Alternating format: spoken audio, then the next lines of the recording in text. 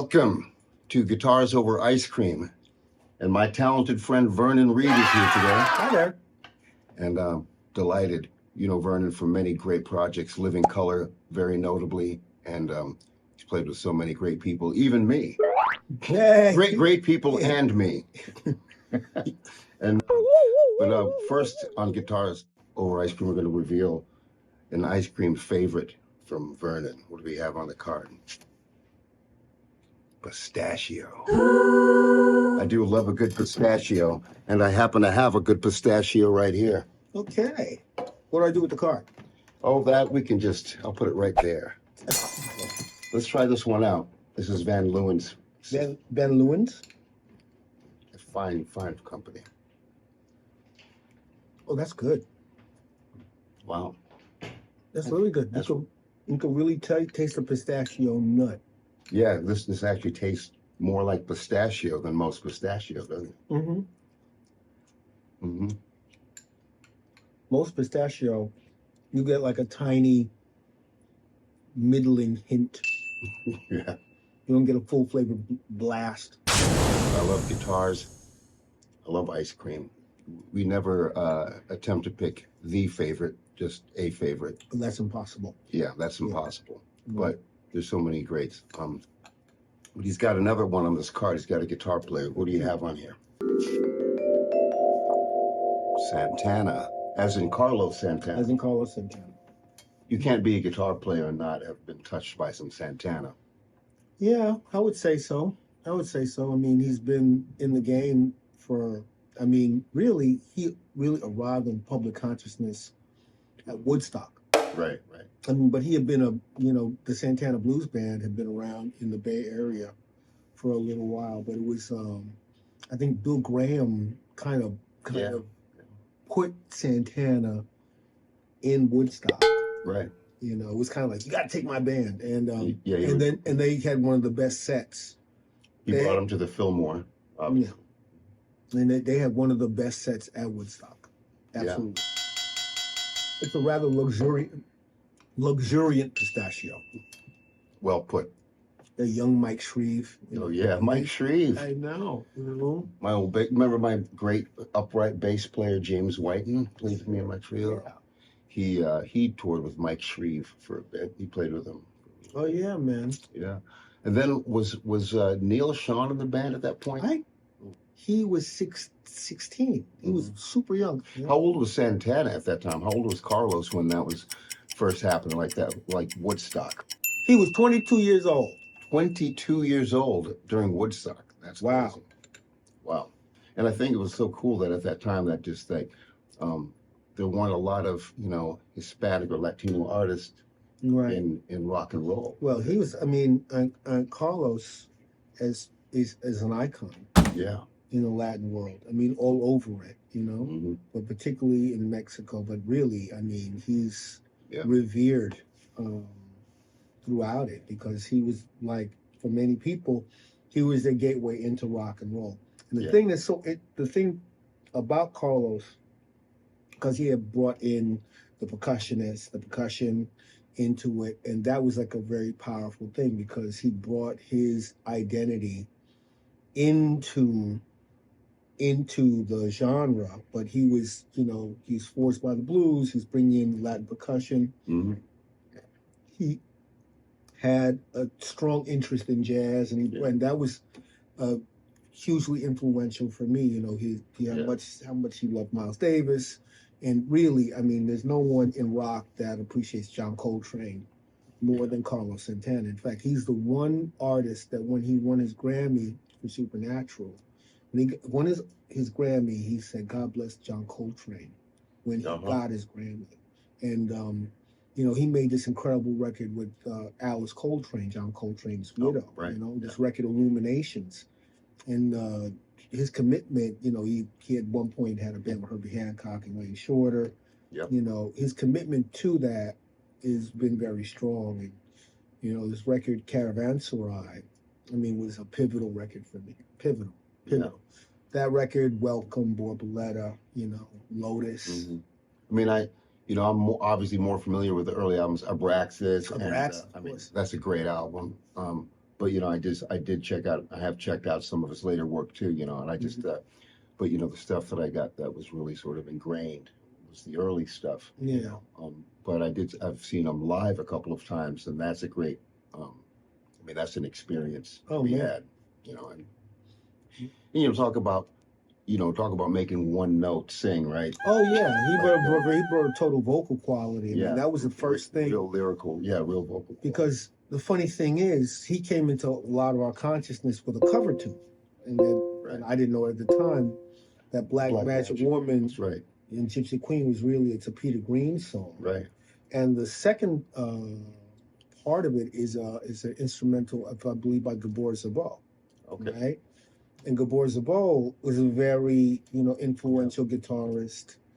I think the song "Breezin'," which George Benson, that's actually, I believe, "Breezin'," the instrumental is actually a Gabor Szabo tune. Right. So he's like he's not really cited enough as an influential kind of instrumentalist because he had a kind of laid back, almost minimalist approach, but very, very melodic. Yeah, I really enjoy that. And my friend, our friend Joby has a great record collection and was just playing some of his stuff recently. And it was kind of making me wonder why I hadn't delved more into his stuff.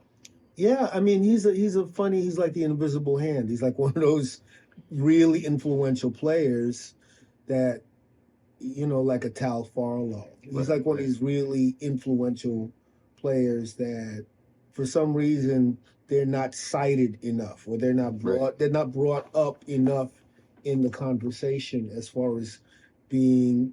I mean, Peter Green as well. He's not brought in enough in the conversation. Well, thank you for bringing them into this conversation. Well, like Mike Bloomfield too. Right, that's another one. I mean, he's a tremendous player. That's right. I mean, there's so many. I mean, of that era. I mean, Alvin Lee from 10 years after. Oh, yeah. Alvin Lee was one of the first, for real, one of the first shredders. Yeah. His set during Woodstock is like, it's crazy, Yeah. So Carlos, that he it was one of those things like, that Respect is really was a song by Otis Redding. And Aretha Franklin, but she kind of turned it. It became an iconic. Yeah. It became, one of the emblematic anthems of the women's movement. You know what I mean? Well, she connected to it. She heard that and said, well, you know what? That's actually my story. And then she turned it. It made more sense. It's kind of like Killing Me Softly. It's not Roberta Flack. Oh no. It's actually a cover. Killing Me Softly was a singer-songwriter artist, and it was her song, and that song became famous. With Roberta Flack and later on with Lauryn Hill and the Fugees. Oh, right, yeah. Lori Lieberman, and her version is a lovely version, but that's what happens with tunes. Oftentimes, the person that makes a tune famous is not the original writer of the tune. But sometimes it's because that's not the person to perform the tune. Just because they're the writer doesn't mean they're the ideal person to deliver the song. Well, that's like how comedians have writers, right? Right. Like the whole thing about the comedian is that the comedian can deliver the joke. Exactly. But the comedian isn't necessarily the writer of the joke. Exactly. And the writer of the joke can't necessarily deliver the joke. And the writer of the joke can't necessarily tell the joke and have it land. I mean, in a lot of ways, the history of pop music, the singers didn't write the tunes. I mean, it was Bob Dylan. It was really Chuck Berry and Bob Dylan. I mean, they really changed. Even though it was not commonplace for the performer to be writing the song. It wasn't commonplace, and in fact, I mean, so many of the things that we take for granted, like the form of the rock and roll band, where there's a lead singer, guitar player, bass, and drums. Well, that really is Howlin' Wolf. Right? Yeah. If you think about it, right? Because up to that point, for the most part, the guitar player and the singer were one and the same. Right. And with Howlin' Wolf, it was Hubert Sumlin. Was the guitar player. Right? And Howlin' Wolf was the lead singer. And that really, and because that band was so influential and so important. Yeah. And that kind of became the format. Then you ended up with Led Zeppelin and Black Sabbath and all the bands that, with like the lead front person and the guitar. The front person, right, exactly. Mm-hmm. And I could say that, Howlin' Wolf, with Hubert Sumlin, you could kind of say it kind of started there. Yeah. Mm-hmm. Wow. I had never thought of that or I'm a weirdo, bro. Yeah. That's a beautiful thing. Wow. Like there was the songwriters, right, that wrote, and then, of course, bands started writing their own songs, but there was also the studio thing where they'd have the session players come in, and then suddenly the bands wanted to play their own stuff, right? Of course, like with the Beach Boys and the Monkees, they'd have session players come in, right? And even with all the Motown stuff and all the stuff that was happening in a certain era, right? Where you had, whether it was the Funk Brothers or whether it was the Wrecking Crew. The Wrecking Crew things, or any of that, they'd have somebody come in, right? I guess it was sort of putting some of these studio players out of work when all the bands started wanting to record their own tracks, right? I mean, it's funny how it all evolved. Is really fascinating, like the producers were staff producers. I mean, they would produce. They would have a day, and they would be produced like a Tom Wilson. Was African American staff producer. I mean, he was responsible for the sound of Simon and Garfunkel, and he also signed Frank Zappa and Mother's Invention. But he was a staff guy, and he'd have he'd have to work. It's like a job, He'd have this session, that session, that session. And you walk, and you didn't know what you're walking into, right? And then you had to make it work. And it was later that the producers kind of became auteurs in their own right? Like George Martin was seen as the fifth Beatle. He did those. Eleanor Rigby arrangements, those incredible arrangements, right? Yeah, and even helped construct a lot of those harmonies, the vocal harmonies. Absolutely, but it all kind of evolved and changed over time.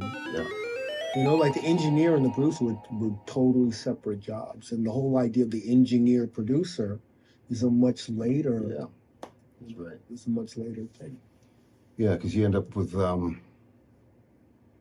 people, the man. Kind of Eddie Kramer, right? Eddie Kramer. Right. That was one of the, before I didn't even know what a producer was when as a kid buying all these albums. Like, what does the producer do? You'd have what are these? Produced by, you'd see Eddie Kramer show up in a lot of stuff, right? Wasn't he like everything from Kiss to Van Halen? Never understood, like, who's Eddie Kramer? What is this producer? What is this, who's Bob Ezrin? What is this? Yeah, right. Why is his name on that record? Yeah.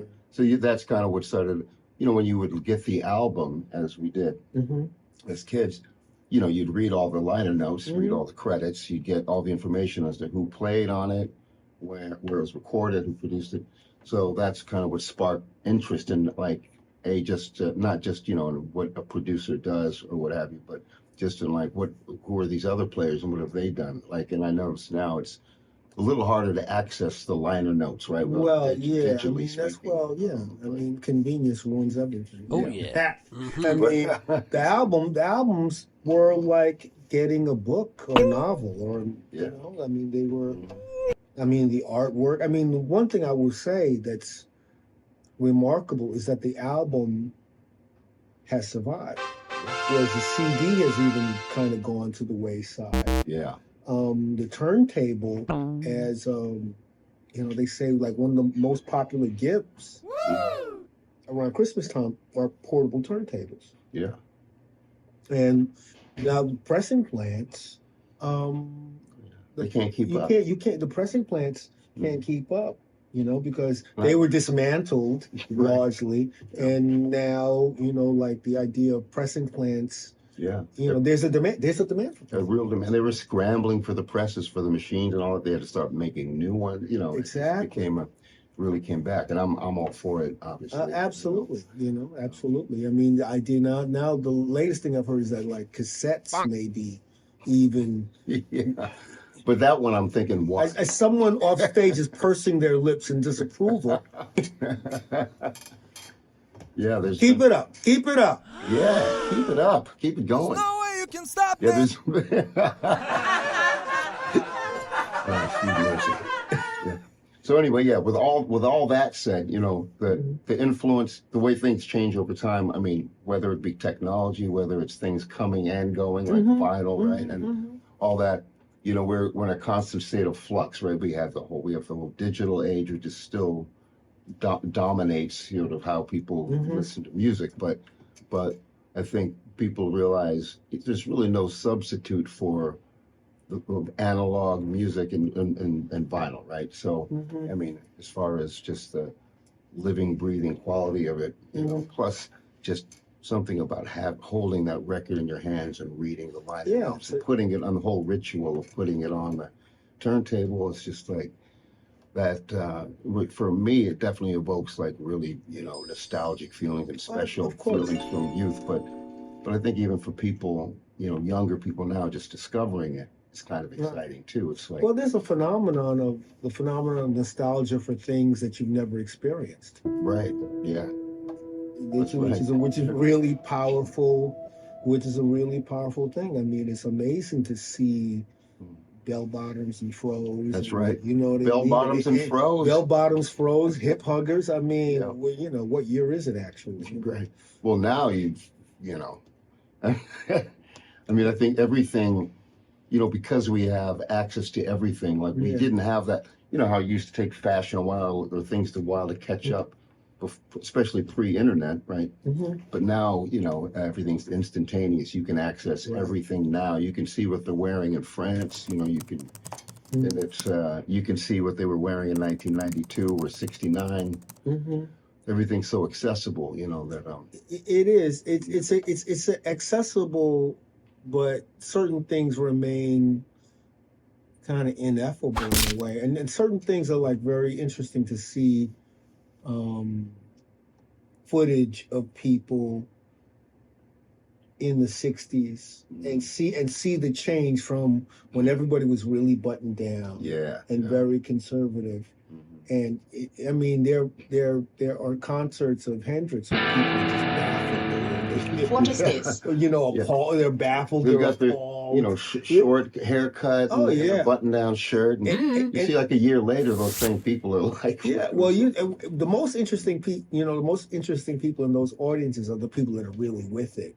Right. The people that are really with it and it's so funny because the people that are around them are like, what are you doing? And they're like, yeah. And it's like, even with their short haircut, they're into, so they're starting to feel the constraints fall away. Right, exactly. They're being opened up in that moment. And it's really beautiful sometimes just to feel like you're witnessing a real transformation in somebody, even just watching someone in the audience going like, this person is watching Jimi Hendrix for the first time. I mean, imagine that experience, especially for somebody that has that is with it, has awareness of what's happening. Well, that's the thing that can't be that is difficult to.